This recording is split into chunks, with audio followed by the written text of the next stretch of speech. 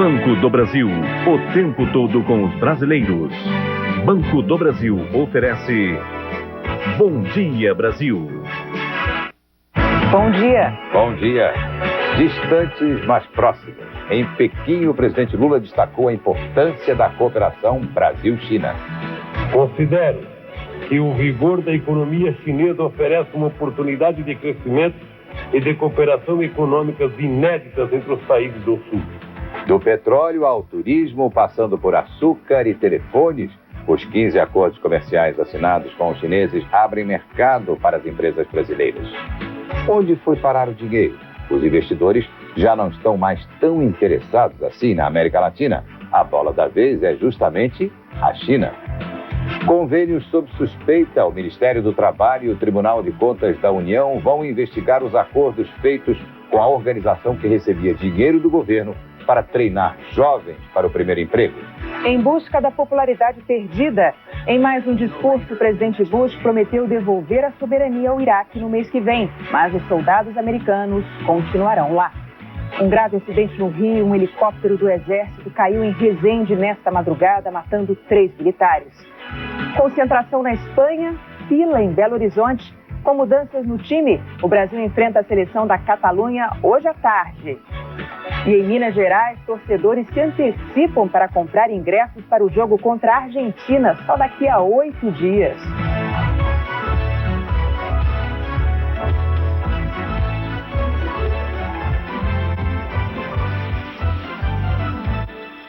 Depois dos negócios, a cultura brasileira. No terceiro dia de visita à China, o presidente Lula inaugurou uma exposição em um núcleo brasileiro na Universidade de Pequim, antes de embarcar para Xangai.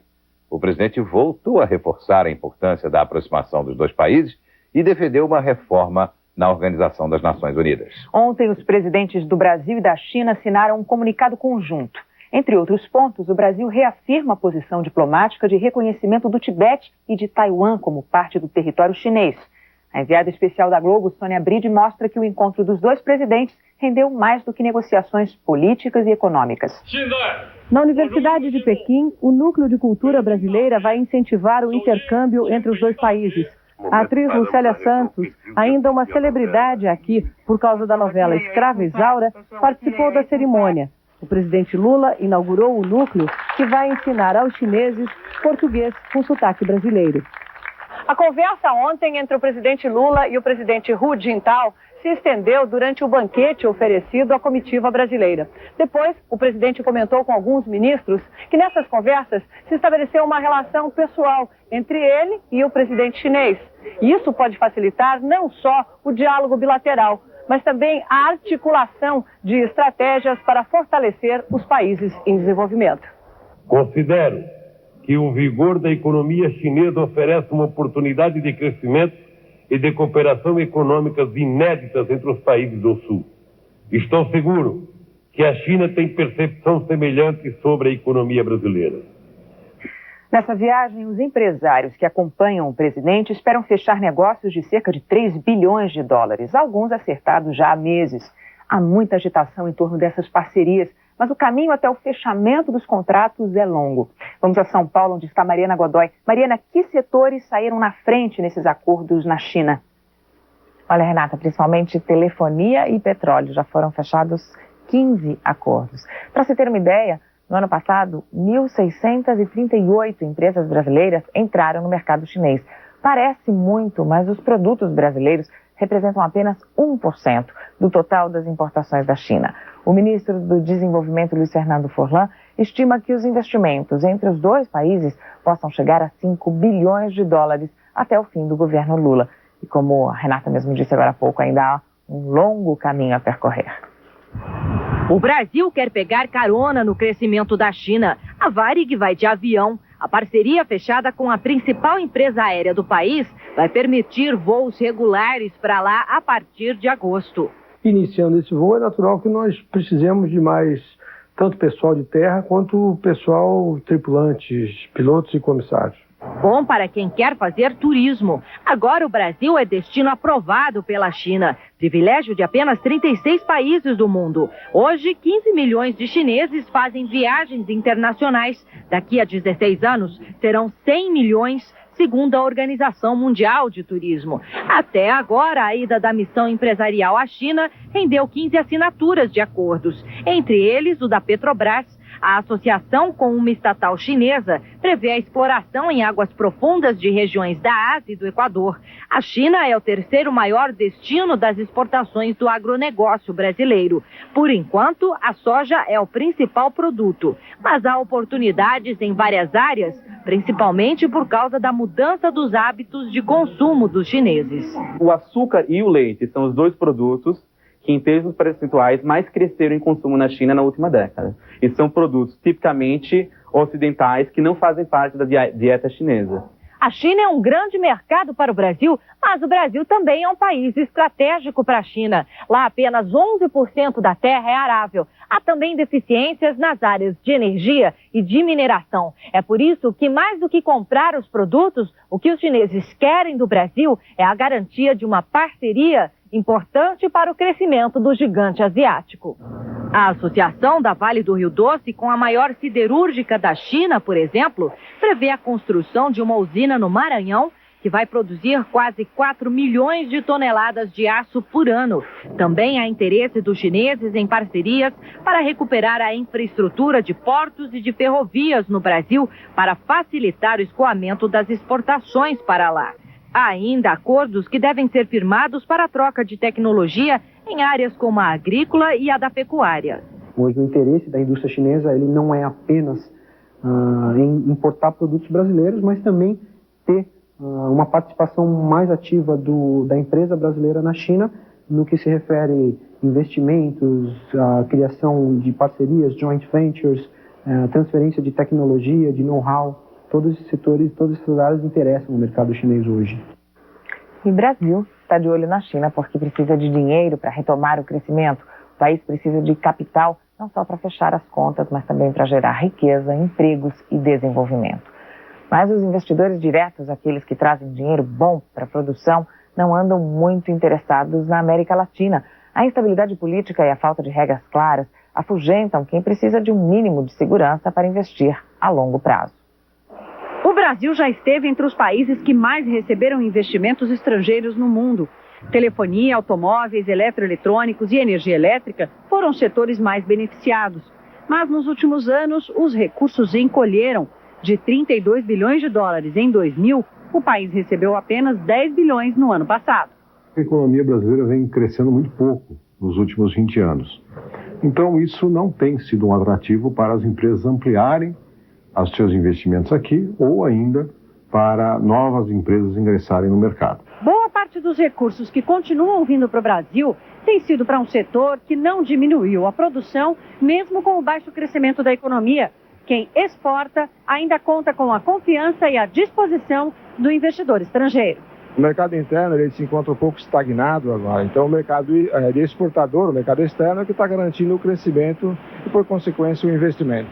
Como o Brasil, muitos países da América Latina perderam investidores. Segundo o levantamento feito pela CEPAL, a Comissão Econômica para a América Latina e Caribe, o volume de recursos cresceu até o final da década de 90. Em 2000, foram quase 80 bilhões de dólares. Depois, entrou em trajetória de queda. No ano passado, foram 36 bilhões e meio de dólares. O representante da CEPAL no Brasil condiciona a volta dos recursos externos a um projeto de desenvolvimento e a uma preocupação com a qualidade do investimento. Investimento do tipo, como se chama, investimento andorinha, que chega hoje e vai embora amanhã, é difícil imaginar que seja uma contribuição continuada. O bom investidor estrangeiro está indo para o outro lado do mundo. A China recebeu no ano passado 57 bilhões de dólares. Este ano, o valor deve ser quase o mesmo. É capital internacional interessado em aproveitar o saldo da economia que mais cresce no mundo. A China é o contraponto da situação brasileira, porque se abriu tardiamente a esses investimentos, portanto, não havia uma base forte de empresas lá instaladas, e esses investimentos ingressaram buscando também as oportunidades do mercado chinês, que vem crescendo há 25 anos em 8, 9% ao ano. Os Estados Unidos e a Europa continuam sendo os maiores investidores na América Latina e Caribe. O Brasil ainda é o país que mais recebe investimentos estrangeiros, com 35% desses recursos, seguido de México, com 23%, e a Argentina, com 12%. Renato. Na América Latina, o que tem afugentado os investidores é a falta de reformas na regulação dos investimentos e também a estabilidade política em alguns países. Mais 10 funcionários públicos são afastados por envolvimento com a máfia do sangue. E o Ministério do Trabalho quer saber aonde foram parar mais de 7 milhões de reais destinados ao programa Primeiro Emprego. Daqui a pouco. Agora, 7h25.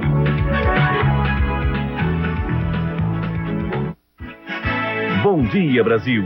Oferecimento Banco do Brasil. O tempo todo com os brasileiros.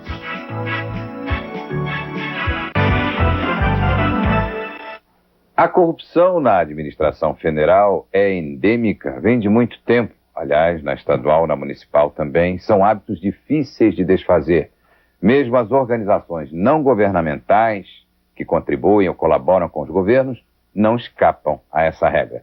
O ministro do Trabalho, Ricardo Berzoini, anunciou ontem à noite a criação de uma comissão de sindicância para apurar as denúncias contra a Ágora, uma dessas organizações. A Ágora recebeu dinheiro do governo para capacitar jovens do programa Primeiro Emprego e vai ser investigada também pelo Tribunal de Contas da União. Há indícios de irregularidade na prestação de contas do dinheiro público. Vamos a Brasília, onde está Cláudia Bontempo. Cláudia, são contas de 7,5 milhões de reais. Exatamente, Renata, dinheiro que saiu do Fundo de Amparo ao Trabalhador direto para a empresa. O convênio que prevê o treinamento de jovens para o programa Primeiro Emprego termina no fim deste mês e o incrível é que o Ministério do Trabalho não sabe informar quantos jovens teriam sido beneficiados até o momento. A sindicância do Ministério do Trabalho tem 30 dias para esclarecer as denúncias de desvio de dinheiro. A ONG Ágora é uma velha conhecida do PT. Fundada por Mauro Dutra, amigo do presidente Lula, a ONG prestou serviços para governos do PT e teve entre seus conselheiros, até janeiro de 2003, Suedenberg Barbosa, assessor da Casa Civil. No ano passado, a ONG foi a que mais recebeu verbas do governo para o programa Primeiro Emprego, 7 milhões e 500 mil reais liberados em tempo recorde. Mas quando recebeu esse dinheiro, a Ágora já era investigada por irregularidades nas contas de programas financiados pelo Fundo de Amparo ao Trabalhador, o FAT. Uma auditoria do governo do Distrito Federal, feita a pedido do Ministério Público, descobriu na contabilidade da Ágora 54 notas fiscais frias, emitidas entre 99 e 2001 por 33 empresas que nunca existiram. Isso seria a prova de um desvio de quase 900 mil reais.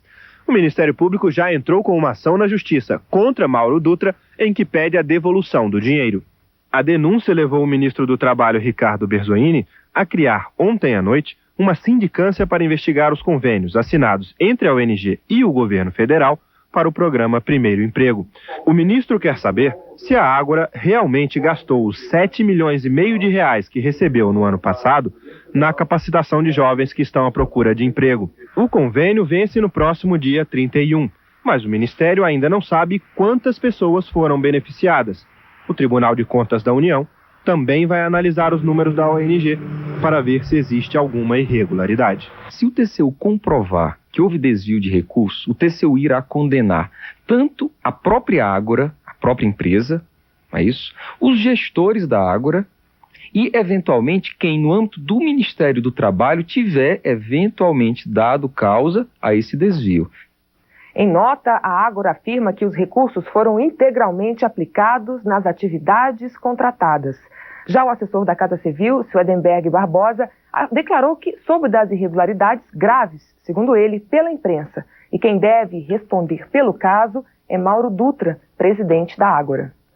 O ministro da Saúde, Humberto Costa, afastou ontem mais 10 funcionários. A Polícia Federal investiga fraudes na importação de medicamentos derivados do sangue. 5 funcionários são da Agência de Vigilância Sanitária e 5 do próprio Ministério. Um total de 25 servidores até agora. A Operação Vampiro da Polícia Federal prendeu 16 pessoas, 3 foram liberadas porque estão colaborando com as investigações. E o empresário Marcos Chaim ainda está foragido, Renato. Essa investigação sobre o desvio de verbas do Ministério da Saúde está longe do fim. E a cada nova denúncia provoca indignação. Até agora descobriu-se que a máfia do sangue provocou um prejuízo de 2 bilhões de reais aos cofres públicos. E esse dinheiro daria para construir 11 laboratórios de medicamentos para hemofilia. Perdão. A produção seria suficiente para atender aos doentes no Brasil e até para exportar. Cada vez que alguém doa sangue no Brasil, esses laboratórios começam a trabalhar. Os técnicos separam os componentes do sangue, que são guardados para serem utilizados em transfusões, por exemplo. Mas uma dessas partes, plasma, poderia ser mais bem aproveitado. Ele é a matéria-prima para vários medicamentos importantes, como o chamado fator 8, que ajuda na coagulação do sangue de hemofílicos. Quem tem a doença é vítima de sangramentos constantes, que só são interrompidos com o uso desses remédios, que não são fabricados no Brasil e precisam ser importados. Esses medicamentos eram um dos alvos da quadrilha que lucrava com o superfaturamento das compras feitas no exterior pelo Ministério da Saúde. O dinheiro desviado pela máfia do sangue, 2 bilhões de reais, daria para construir 11 fábricas de produtos como este, usado pelos hemofílicos e que hoje tem que ser importado da Europa e dos Estados Unidos. Hoje, no Brasil, existe apenas um laboratório em Recife que fabrica hemoderivados de forma quase artesanal, atendendo a menos de 5% da demanda brasileira. Os estados do Rio de Janeiro, São Paulo e Pernambuco já ofereceram os terrenos para a construção da indústria. E o governo brasileiro chegou a anunciar em 2001 a construção da fábrica, mas ela nunca saiu do papel. Há inclusive já entendimentos nossos com o BNDES para que o BNDES possa ser sócio dessa empreitada e com certeza nós vamos oferecer ao Brasil a oportunidade de ter autossuficiência num produto tão importante para a vida das pessoas. O presidente da Associação dos Hemofílicos diz que os doentes sofrem com a falta desses remédios, porque nem sempre eles estão disponíveis. A fábrica de hemoderivados aqui no Brasil, ela daria uma qualidade de vida melhor ao hemofílico. Com a quantidade de medicamento maior à disposição, poderia ser feito um tratamento de prevenção às sequelas. Então, isso daria uma independência ao hemofílico. Daqui a pouco, o presidente Bush fala em rede de televisão sobre o futuro do Iraque. E o correspondente Marcos Lozecan mostra de perto uma das regiões mais conturbadas do planeta. Agora, 7h34.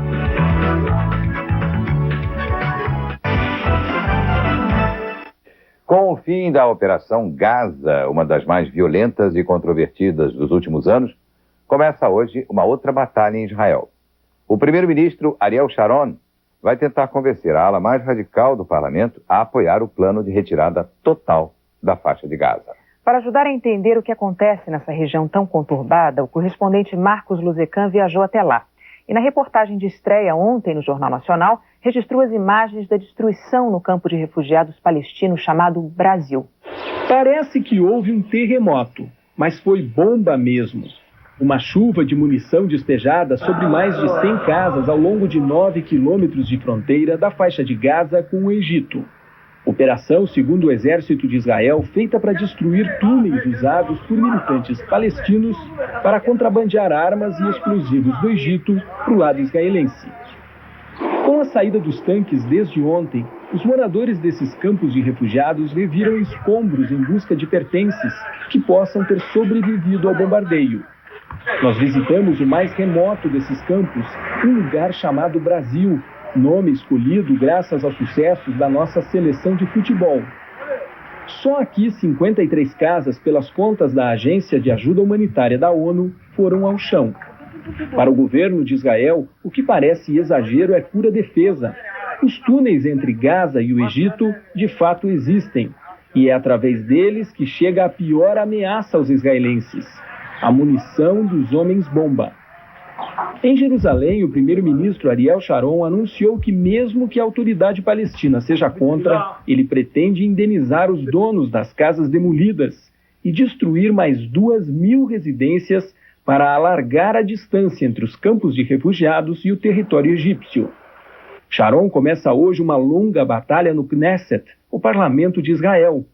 Vai tentar convencer os deputados a apoiar o chamado Plano Unilateral, a retirada de todos os assentamentos israelenses da faixa de Gaza, um dos lugares mais perigosos para se viver hoje em dia. Não vai ser fácil vencer os parlamentares mais radicais, como também não é fácil lidar com o radicalismo palestino. Tudo isso só faz aumentar a incerteza e piorar o clima de insegurança aqui na Terra Santa, uma terra dividida entre dois povos que só tem um consenso: se existe um lugar sagrado, é Jerusalém.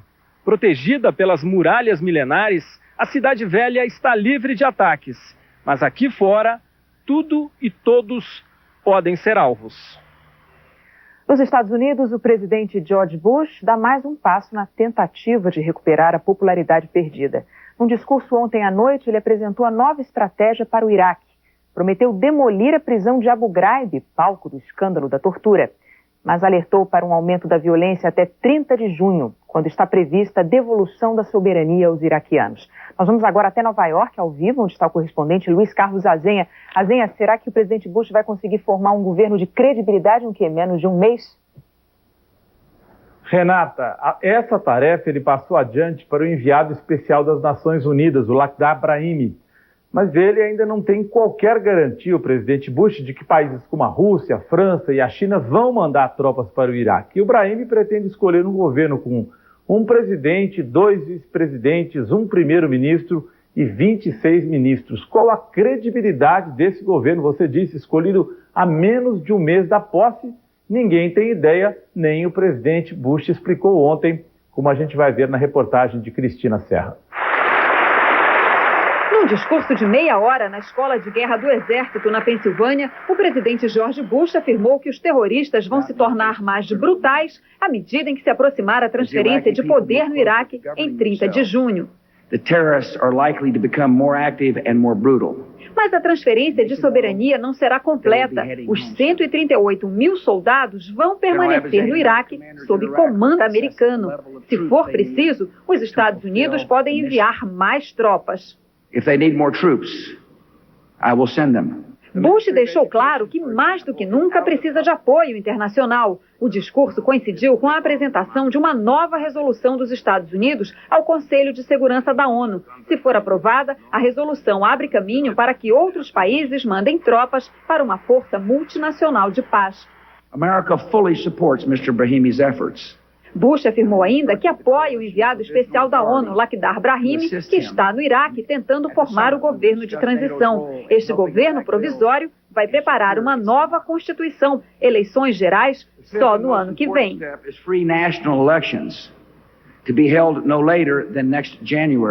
Bush anunciou que a prisão de Abu Ghraib será demolida e substituída por outro presídio de segurança máxima. Abu Ghraib se tornou um símbolo de tortura e morte sob Saddam Hussein e de conduta vergonhosa de poucos soldados americanos, afirmou Bush, com dificuldade de pronunciar o nome da prisão.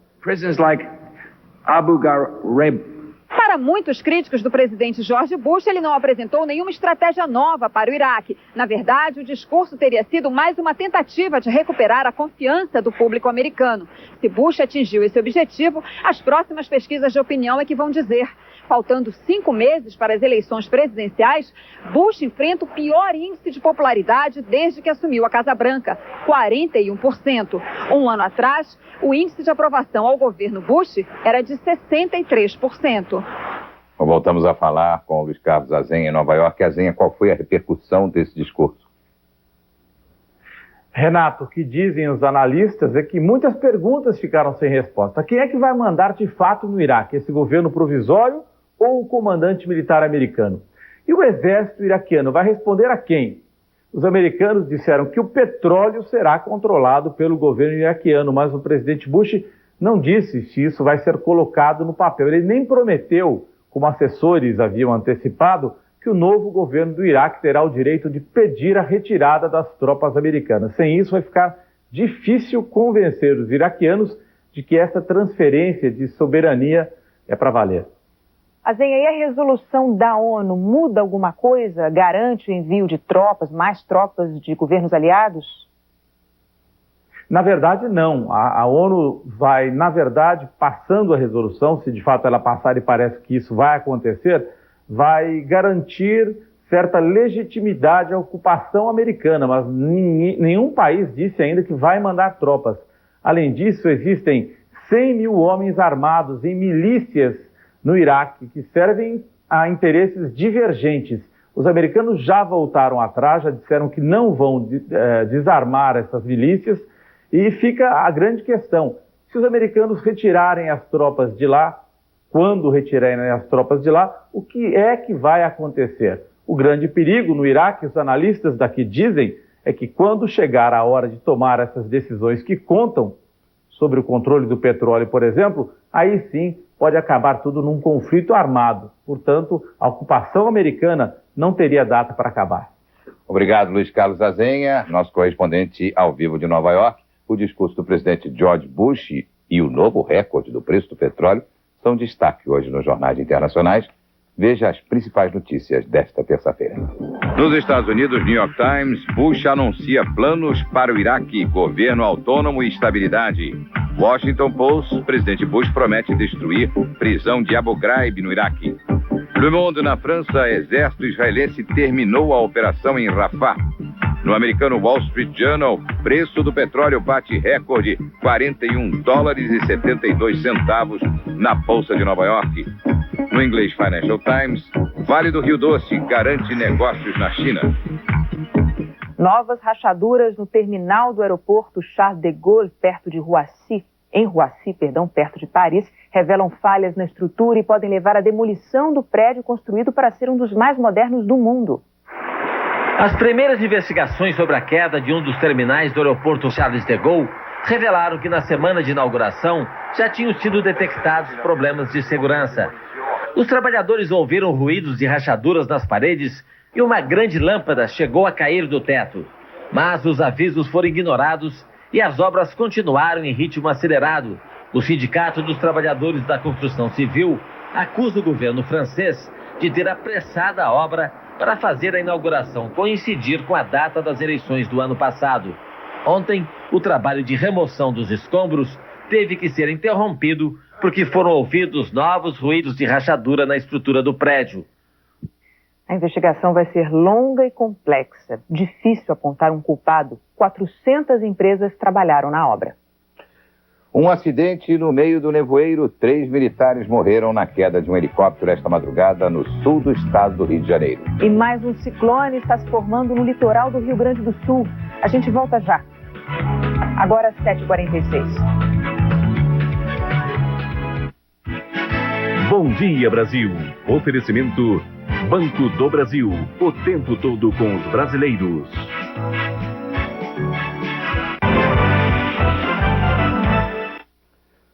O frio aquece os negócios no sul de Minas Gerais. Depois do fracasso das vendas no ano passado, lojistas e donos de confecção calculam este ano movimentar R$1 bilhão em negócios. Só na cidade de Monte Sião, a produção deve chegar a 12 milhões de peças até o fim do inverno. A empolgação dos consumidores promete deixar as prateleiras vazias. Em Borda da Mata, a fabricação de pijamas é a segunda maior fonte de renda, perde apenas para a agricultura. Aqui são fabricadas 50 mil peças por mês. A queda na temperatura fez subir as vendas. Com esses dias frios que a gente está tendo, as vendas aumentaram em torno de 30% no atacado. A 50 quilômetros dali, em Monte Sião, o outono atípico de baixas temperaturas lota a cidade. Os ônibus trazem turistas e revendedores que vêm de longe aproveitar as novidades e os preços. Eu vim de Guarulhos, Campinas, São Carlos, Salesópolis. Nem é inverno ainda e Monte Sião já recebe, em média, a cada fim de semana, 20 mil visitantes. É mais do que a população da cidade. 2 semanas de frio, a economia do município já se movimenta drasticamente. E é a necessidade de se aquecer e a vontade de se vestir bem que geram 1.500 empregos temporários na cidade. Agora que eu comprei esse monte de blusa, eu espero que faça muito frio. E o frio que trouxe o inverno mais cedo a São Paulo espalha um forte vírus em crianças com menos de 1 ano de idade na capital.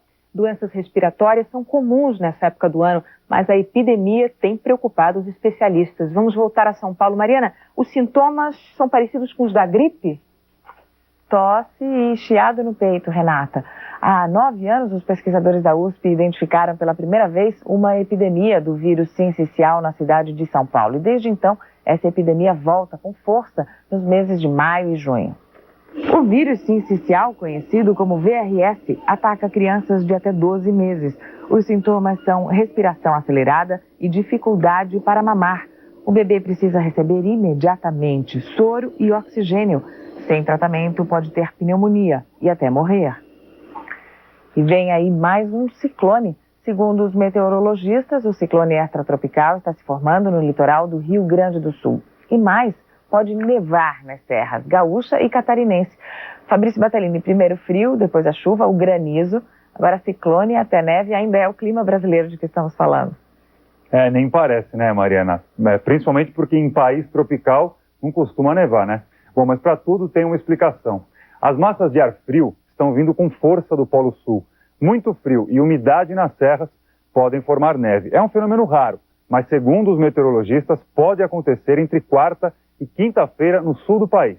Uma outra explicação, essa umidade que vem do mar, ela é trazida pelo ciclone extratropical. E a previsão para hoje é de ventos fortes, agitação e ondas de até 4 metros. A Marinha do Rio Grande do Sul já fez até o alerta. Os barcos não devem deixar os portos. Vamos ver como o dia está amanhecendo então em Porto Alegre. O céu está nublado, vejam só, e o aeroporto internacional foi fechado para pousos e decolagens. Nesse momento faz 17 graus na capital gaúcha. Vamos agora até Minas Gerais. Você vai ver imagens de Varginha. Olha só, depois de uma madrugada de chuva, o dia amanheceu nublado e os termômetros marcam agora 15 graus. E uma outra informação, neste momento, além do de Porto Alegre, 6 aeroportos estão fechados justamente por causa do mau tempo. Campo Grande, Cuiabá, Joinville, Itajaí, Londrina e Foz do Iguaçu. Bom, vamos dar uma olhada no mapa para saber a previsão do tempo para hoje em todo o Brasil. As imagens de satélite mostram nuvens carregadas sobre o sul e o sudeste do Brasil. O ciclone está se formando no mar. A previsão para esta terça-feira é de céu nublado com chuva na área escura, que começa no Rio Grande do Sul, passa por São Paulo e chega a Mato Grosso do Sul. Faz sol e calor na grande área clara.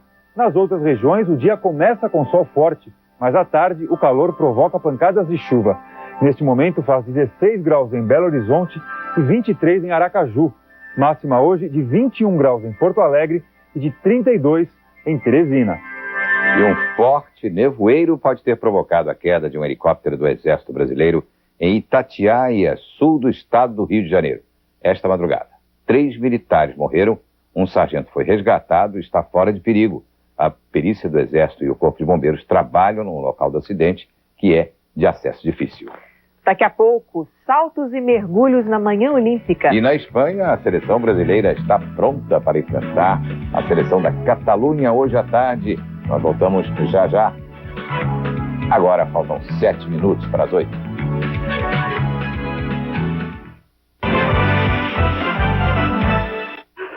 Contra a seleção da Catalunha, Maurício, mas de olho na Argentina. De olho na Argentina. Uma adversária da Argentina. É a Argentina. Tá todo mundo pensando no jogão da semana que vem, né? Jogo contra a Argentina é no dia 2 de junho, quarta-feira da outra semana, no estádio do Mineirão, em Belo Horizonte.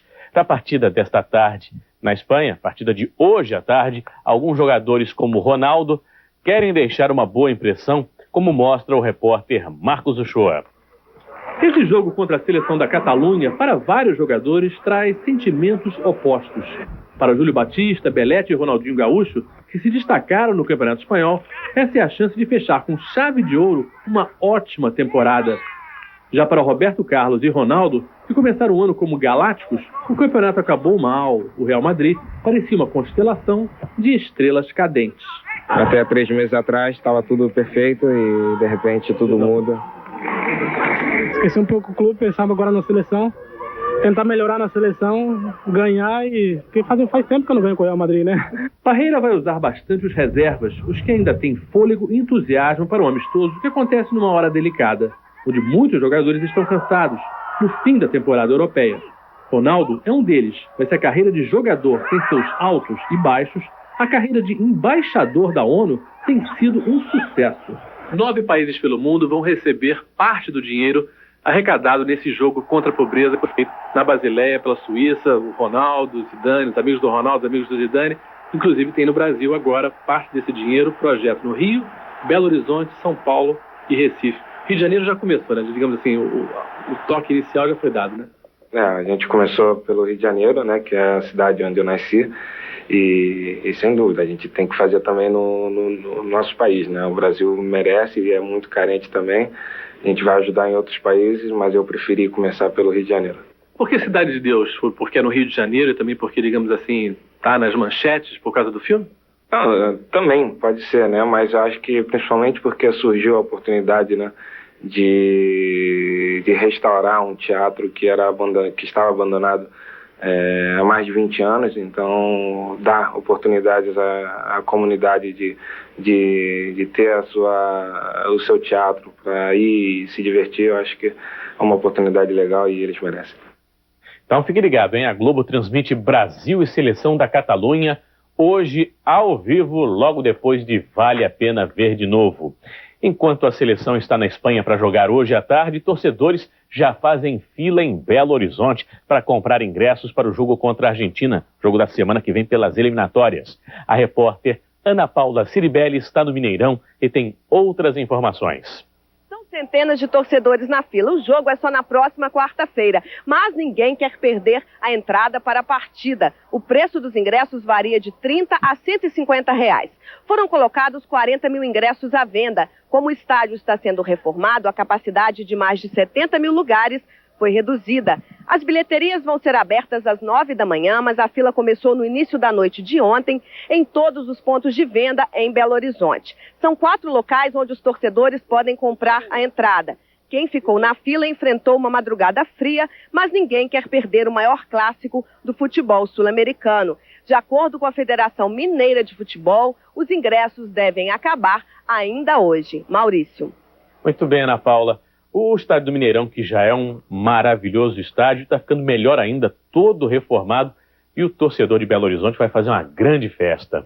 Agora, com esse fenômeno de esgotar os ingressos uma semana antes, há muito tempo que a gente não via um jogo assim. Um jogo contra a Argentina vale. Mas é capaz de dar alguma confusão. Bom, como é jogo de uma torcida só, a não ser que alguns argentinos mais enfesados queiram provocar, né? Mas eu digo para as pessoas que não conseguirem ingresso. Ah, sim, sem dúvida, isso sim. Aí fica ligado na Globo assistindo ao jogo pela televisão, né? Hoje, na Manhã Olímpica do Bom Dia Brasil, o repórter Tadeu Schmidt vai falar sobre os esportes aquáticos, em especial os saltos ornamentais, que sempre dão um espetáculo de técnica, beleza e muita coragem.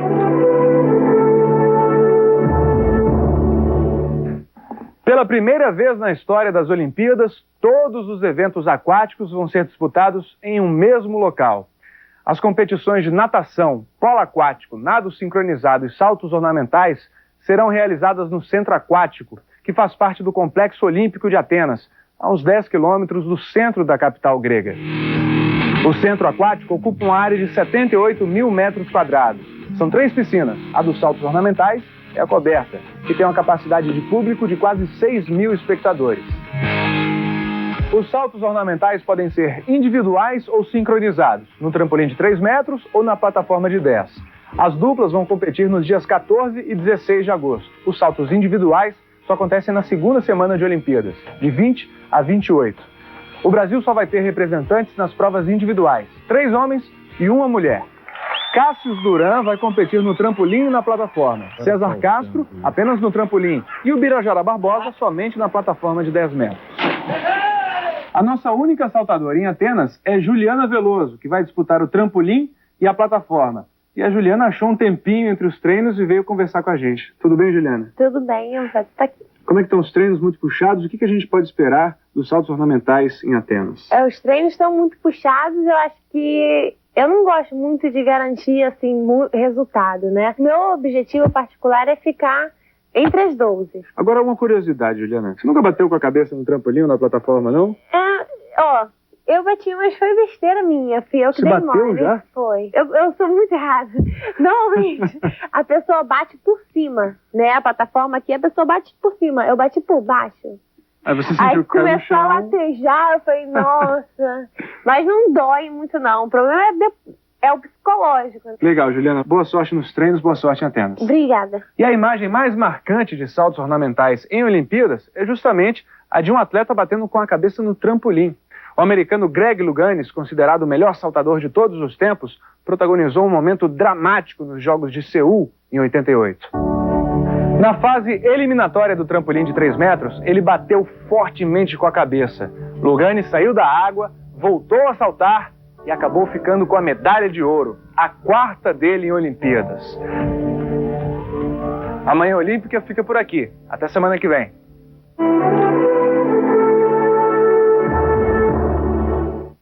vai ter uma torcida especial do Bom Dia Brasil pela Juliana Veloso. Muito simpática ela, né?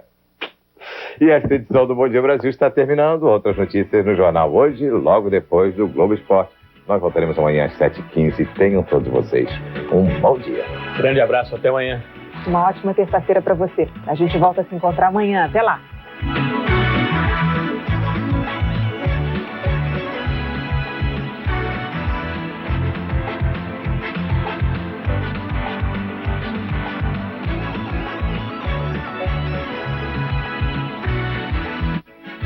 Bom Dia Brasil.